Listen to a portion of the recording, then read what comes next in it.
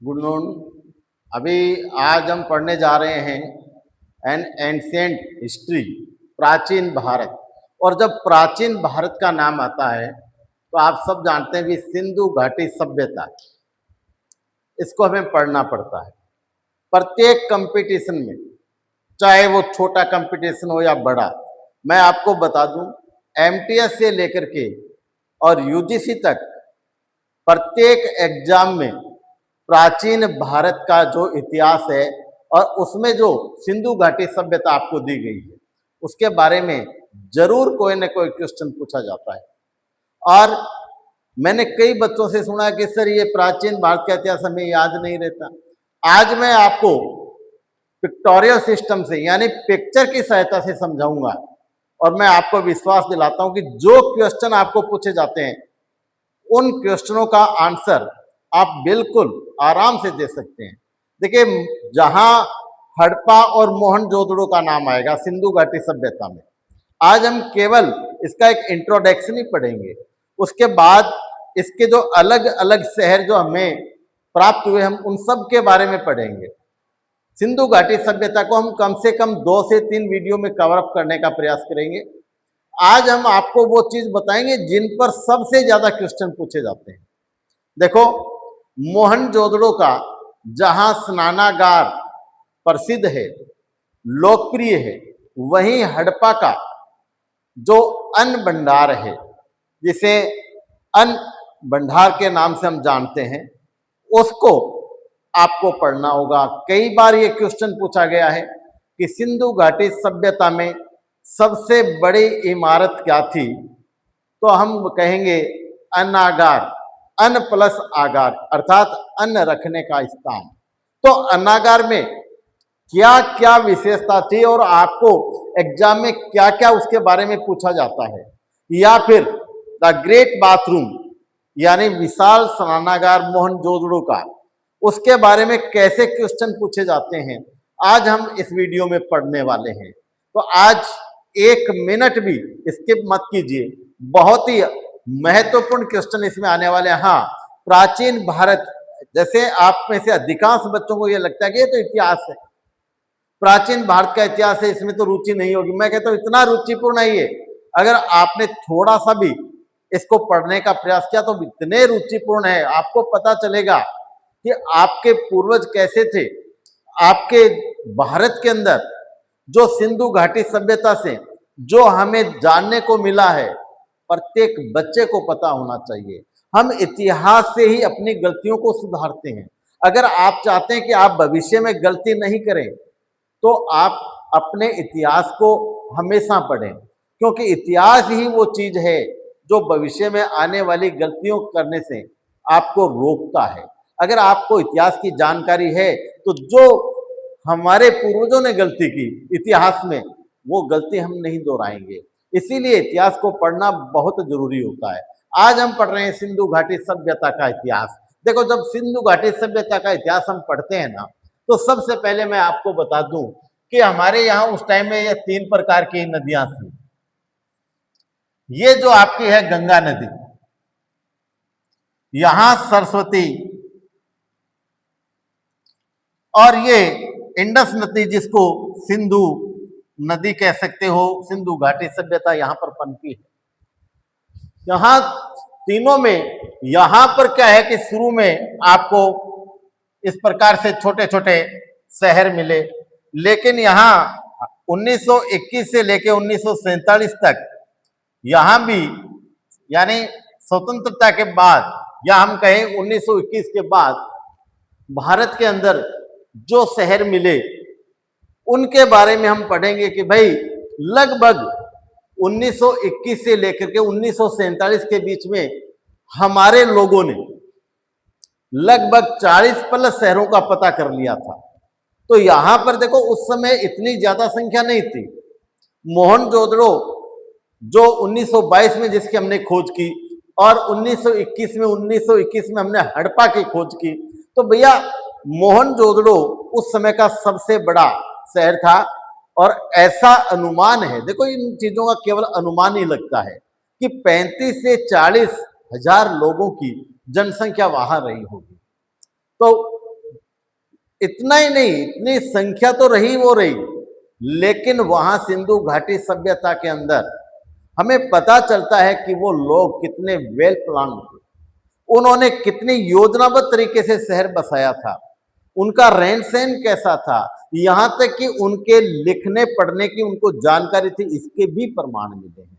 वहां पर कांस्य के बर्तन, मूर्ति, इन चीजों का हमें पता चला है कि वो लोग इतने एडवांस थे। तो यहां हम देखते हैं कि सबसे पहले आपके पास में एक जो अंग्रेज, हम सब जानते हैं कि भाई भारत के अंदर ईस्ट इंडिया कंपनी, तो BICC हम कह सकते हैं कि ब्रिटिश ईस्ट इंडिया कंपनी जब भारत में आई तो उस समय एक व्यक्ति का नाम प्रचलित है 1826 में। 1826 में एक अंग्रेज था भाई, चार्ल्स मेसन, चार्ल्स मेसन नाम का एक अंग्रेज था, और इस अंग्रेज ने सबसे पहले इस बात का पता लगाया कि सिंधु जो नदी है, यहां कभी कभार कुछ वहां के जो लोग थे, जो आसपास जो गांव थे सिंधु घाटी सभ्यता के, सिंधु नदी के आसपास के जो लोग थे, वो कभी कुछ लेके आ जाते, कभी कुछ लेके आ जाते, और वो ऐसी चीजें थी जो वर्तमान में हम लोगों ने नहीं देखी, बहुत पुरानी चीजें थी। तो इसमें क्या हुआ कि ये जो चार्ल्स मेसन जो है, इसको ऐसा लगा कि भाई यहां कोई ना कोई नगर, महानगर या कोई शहर, अर्थात कोई ना कोई सभ्यता पहले रह चुकी है, ऐसा इसने महसूस किया। किसने? चार्ल्स मेसन ने 1826 में। लेकिन आप जानते हैं कि ईस्ट इंडिया कंपनी तो एक प्राइवेट कंपनी थी। अब इस व्यक्ति ने देखा कि अगर मैं इस कंपनी को ये कहूंगा कि भाई हमें यहाँ खोज करनी चाहिए, तो वो भला क्यों करेगी ऐसा, क्योंकि प्राइवेट कंपनी केवल व्यापार के लिए आई है, वो तो अपना व्यापार करेगी, वो विकास के काम क्यों करेगी, भारत का विकास हो ऐसा वो क्यों सोचेगी। इसलिए इस व्यक्ति ने इस बात को आगे नहीं बढ़ाया, जबकि हकीकत में 1826 के अंदर ही अगर हम कोशिश करते, या ईस्ट इंडिया कंपनी के जितने अधिकारी हैं वो कोशिश करते, तो शायद सिंधु घाटी सभ्यता का हमें पता लग जाता। लेकिन समय गुजरता गया और 1853 से लेके 56 तक, 1853 से 1856 में आपको पता है कि लॉर्ड डलहौजी, लॉर्ड डलहौजी जो थे वो कंपनी का हेड बन के आए, और लॉर्ड डलहौजी ने यहां उनको भी पता चला कि हां यहां पर कुछ न कुछ है, लेकिन लॉर्ड डलहौजी जो थे वो क्या है भाई, नहीं चाहते थे कि हम कंपनी के इतने पैसे वेस्ट करें। तो उस समय दो शहर थे, लाहौर और कराची। इन दोनों शहरों को जोड़ने के लिए रेल की पटरियां बिछाई गई। उस समय रेल की पटरियां बिछाई जा रही थी, और लॉर्ड डलहौजी जो थे वो प्रभारी थे भाई। जब रेल की पटरियां बिछाई गई तो हम सब जानते हैं कि जब रेल की पटरियां बिछाई जाती है तो हमें थोड़ा बहुत खोजना भी पड़ता है। तो उस समय रोज कुछ न कुछ वस्तु निकल रही थी, कभी घड़ा निकल गया, कभी कोई मूर्ति, कांस्य की मूर्ति निकल गई, कभी ईंट निकल गई। इस प्रकार की जब चीजें निकल रही थी और बहुत सारी ईंटें निकल रही थी, तो लॉर्ड डलहौजी को शंका हो गई कि भाई यहां कुछ न कुछ हो सकता है। इसलिए वो चाहते थे कि हमें इसको खोद करके, या हमें कोई पुरातत्व विभाग का यहाँ पर ऑफिस बनाएं, पुरातत्व विभाग खोलें, ताकि हमें यहाँ पहले क्या था, प्राचीन इतिहास का पता चले, हमें कोई सभ्यता का पता चले कि यहाँ कोई नगर था, महानगर था, शहर था, गांव था, क्या था। ये बातें डलहौजी के मन में आने लग गई। लेकिन लॉर्ड डलहौजी उस समय ईस्ट इंडिया कंपनी की जो व्यवस्था होने के कारण, एक प्राइवेट कंपनी होने के कारण, वो कोई सरकार नहीं थी। सरकार होती तो जरूर वो देश का विकास के लिए या अपने विकास के लिए कुछ ऐसा करती, लेकिन प्राइवेट कंपनी को तो लाभ कमाना था, इसलिए लॉर्ड डलहौजी ज्यादा कुछ नहीं कर सके। दूसरा, आप भी जानते हैं कि उस समय लॉर्ड डलहौजी जो थे 53-56 के बीच में, उन्होंने कुछ ज्यादा करने का प्रयास भी नहीं किया। लेकिन 1861 जब आया तो उस समय कार्निघन अंग्रेज का नाम था ये कार्निघन, और 1861 में हमें पता है कि इस समय ब्रिटिश की महारानी का यानी क्राउन का शासन शुरू हो गया था। अब ईस्ट इंडिया कंपनी की जगह ब्रिटिश सरकार ने शासन कर लिया था, और इसीलिए 1861 के अंदर जो 1856 से लॉर्ड डलहौजी चाहते थे, इन्होंने इनको बताया भी था। तो 1861 के अंदर पुरातत्व विभाग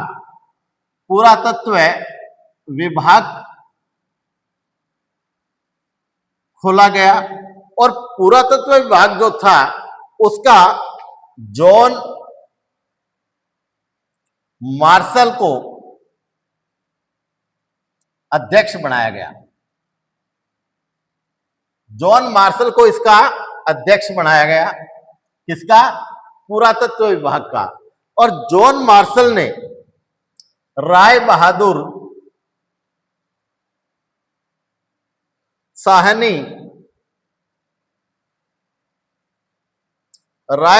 साहनी जो थे, उनको इसका इंचार्ज बना दिया, प्रभारी।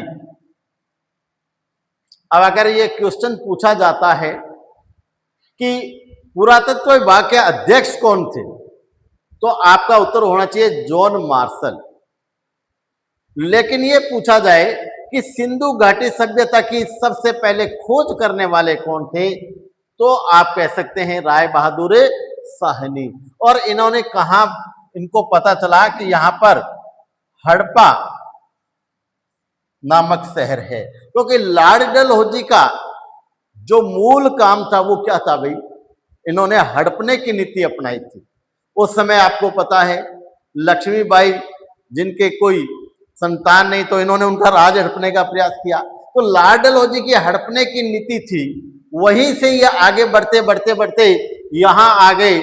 और फिर हमें पता चला कि 1921 में, पहली बार 1921 में राय बहादुर साहनी ने जिस शहर का पता लगाया वो था भाई हड़प्पा, और 1922 में जिसका पता लगाया उसका नाम था मोहनजोदड़ो।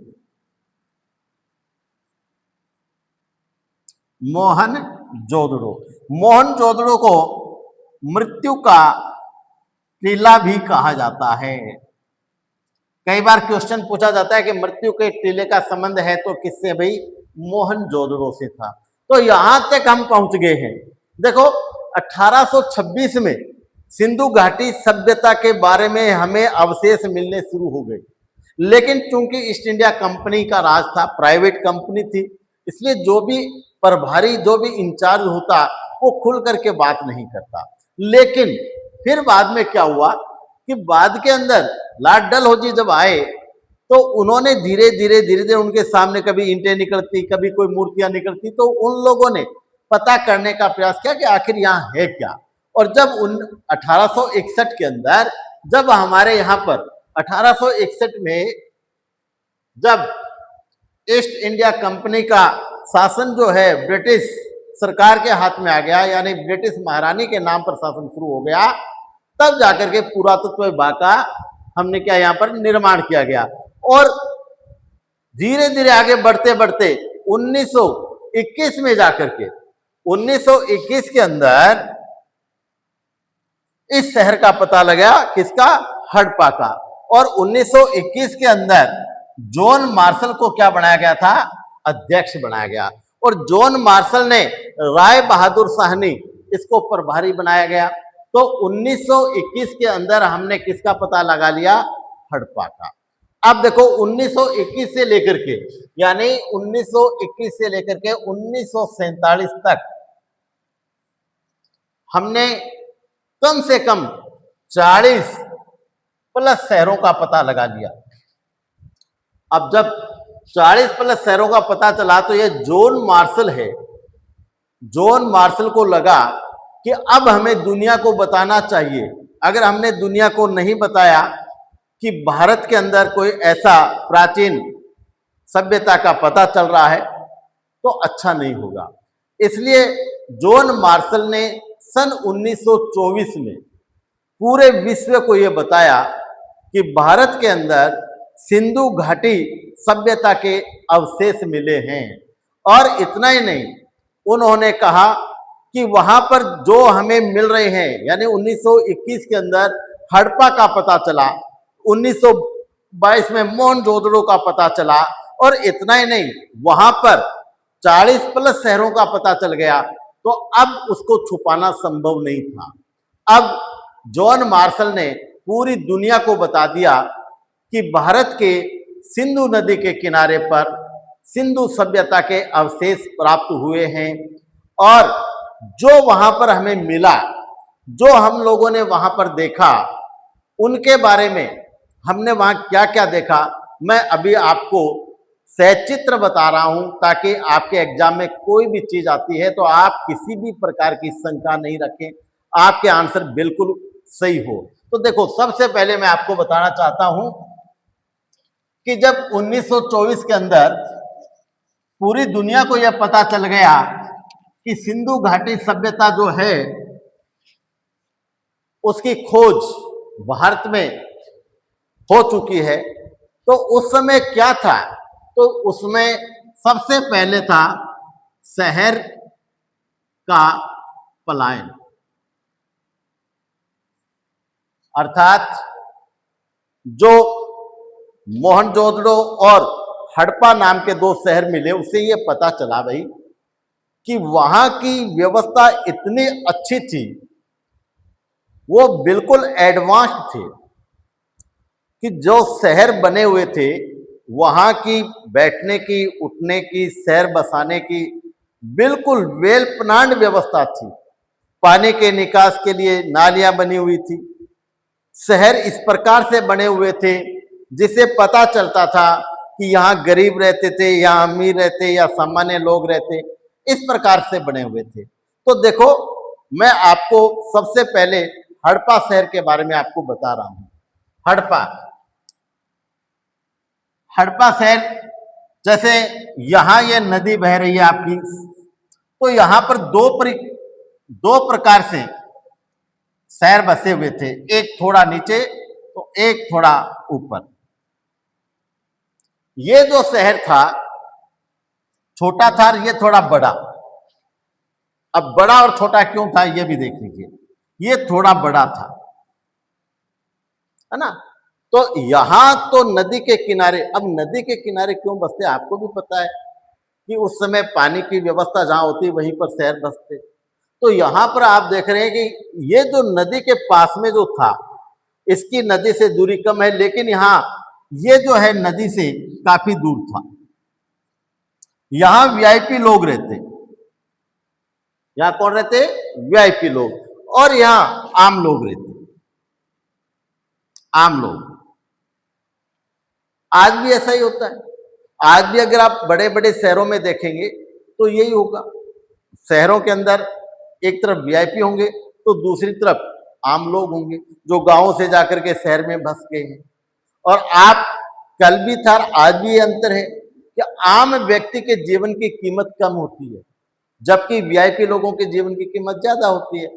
आप देख लीजिए, अगर बॉम्बे आपको जाने का काम मिलता है कभी, तो अंबानी के घर के बाहर आपको सिक्योरिटी मिलेगी, अमिताभ के घर के बाहर सिक्योरिटी मिलेगी, लेकिन जो आम बस्ती रहती है, गंदी बस्तियों में लोग रहते हैं, क्या वहां सिक्योरिटी मिलेगी आपको, नहीं मिलती। तो हम कह सकते हैं कि भाई हमारे संविधान में यह है कि हम सब कानून के समक्ष बराबर हैं, लेकिन प्रैक्टिकल में ऐसा नहीं है। यही वहां हड़प्पा में देखने को मिला था कि ये जो लोग थे यहाँ रहते थे, यहाँ पर हो सकता है कि सेना के लोग हो, किसान हो, व्यापारी, छोटे छोटे व्यापारी हो, या फिर आम मजदूर लोग यहाँ रहते थे। लेकिन यहाँ पर कौन, वीआईपी लोग रहते थे, जैसे बिल्डर हो गए, एमपी एमएलए जैसे आजकल होते, वैसे उनके भी वीआईपी लोग हुआ करते थे। अंतर क्या था भाई, यहाँ अंतर ये था कि ये जो कॉलोनी है, इसकी सुरक्षा के लिए चारों तरफ क्या बनी हुई थी? चार दीवारी।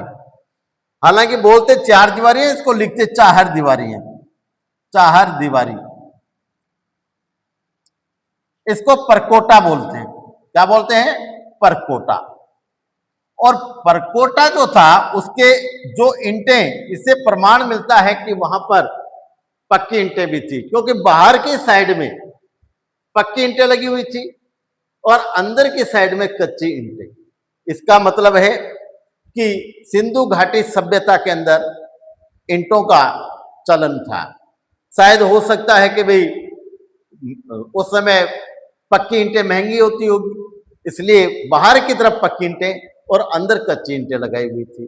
तो यहां से पता चलता है कि इन लोगों को सुरक्षा दी हुई थी और काफी ऊंची ऊंची दीवारें थी। परकोटा जो होता है वो बहुत ऊंची ऊंची दीवारों का होता है, ताकि यहाँ के लोगों को किसी प्रकार की कोई जोखिम न हो, किसी प्रकार का कोई नुकसान न हो। और जब भी बाढ़ आती है तो ये हाथ तक तो पानी भर सकता है, क्योंकि ये तो नजदीक थे, लेकिन ये देखो ये बाढ़ में भी सुरक्षित थे। तो इस प्रकार से आपने देखा कि हड़प्पा जो था ना, हड़प्पा के अंदर जो शहर बसे हुए थे, उन शहरों में जो रहने की जगह थी वो अलग अलग थी। गरीब लोग अलग रहते थे, आम लोग अलग, और वीआईपी अमीर लोग अलग रहा करते थे। और इतना ही नहीं, अब भाई यहां पर क्या था कि खेती बाड़ी का भी प्रमाण मिला है। तो सबसे ज्यादा जो प्रसिद्ध चीज है वो इनका अन्न का भंडार, जिसको अन्नागार के नाम से जानते हैं। तो यह अन्न का भंडार या अन्नागार जो था उसको आपको समझना है अच्छी तरह से। क्यों? क्योंकि इस पर कई बार प्रश्न पूछे जाते हैं। तो हड़प्पा में यह व्यवस्था थी, बाकी सब में तो जो व्यवस्था थी अन्न की वो इसके अंदर ही थी, लेकिन हड़प्पा में यहां नहीं थी। हड़प्पा के अंदर अन्न का भंडार बिल्कुल अलग बना हुआ था और सुरक्षित बना हुआ था। कहा? इसके ऊपर यहां बना हुआ होता था, अर्थात वीआईपी कॉलोनी से भी अलग, और उसको बहुत ज्यादा महत्व दिया जाता। वो कैसा था हम इसके बारे में देखेंगे। तो अन्नागार कह सकते हो या अन्न के भंडार आप कह सकते हैं, जहां पर अन्न सुरक्षित रखा जाता था वो इस प्रकार से था। मैं यहां अन्नागार जो है, अन्न प्लस आगार का मतलब होता है अन्नागार, यहां यह अन्नागार था। अन्नागार का मतलब जहां पर आप अन्न को भंडार में भर के रख सकते हैं। ये तीन भागों में बंटा हुआ था। देखिए, एक और उसके बाद में ऐसे, यहां पर अन्न की बोरियां या पूरा अन्न भरा हुआ था, यहां पर अनाज भरा हुआ था, और यहां पर केवल 15 क्वार्टर जिसको हम बोलते हैं, यानी श्रमिकों के लिए रहने के लिए मकान बने हुए थे। 15 मकान। कितने बने हुए थे? 15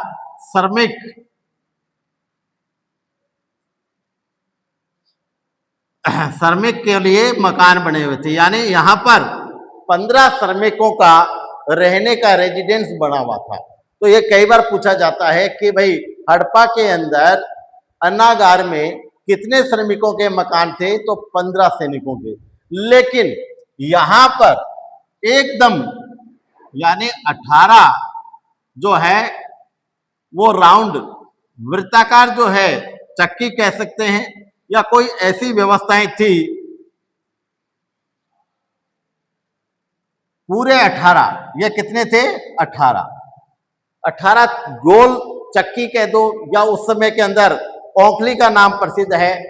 यानी जो अन्न था इसको यहां पर पीसने के लिए, आटा बनाने के लिए इस प्रकार से बिल्कुल वर्ताकार चक्की या कुछ और ऐसा प्रमाण मिलता है जिससे कि वो गेहूं का आटा बनाते थे या बाजरी का आटा, जो भी अन्न था उसका आटा बनाने का काम करते थे। और ये मजदूर इसलिए यहाँ 15 श्रमिक इसलिए रहते, ये 24 घंटा यहीं पर रहते। जैसे मान लीजिए अनाज है, बाढ़ आ गई तो इसकी सुरक्षा करना, या सीलन आ गई तो इसको धूप लगाना, या इनके कोई कीड़े नहीं लगे इसलिए इनमें नीम की पत्ती देना। आजकल के तरह कोई दवाइयां तो थी नहीं उस समय, तो इस प्रकार का सारा काम किया करते थे। तो इस पर जो प्रश्न पूछे जाते हैं वो यही पूछे जाते हैं कि भाई सबसे बड़ा इमारत, सिंधु घाटी सभ्यता की सबसे बड़ी इमारत कौन सी है? तो ये है अन्नागार, यानी अन्न भंडार की इमारत सबसे बड़ी इमारत हुआ करती थी। और इसमें कितने पीसने के संयंत्र थे, यानी आटा बनाने के जो साधन लगाए हुए थे कितने थे? तो 18। कितने मजदूर वहां रहते थे या कितने मजदूरों के मकान वहां बने हुए थे? तो 15 श्रमिकों के रहने की व्यवस्था इसमें की हुई थी। तो ये तो था हड़प्पा के बारे में, लेकिन एक अजूबा और आता है इसमें। अजूबे की बात आती है कि सिंधु घाटी सभ्यता का अजूबा क्या था?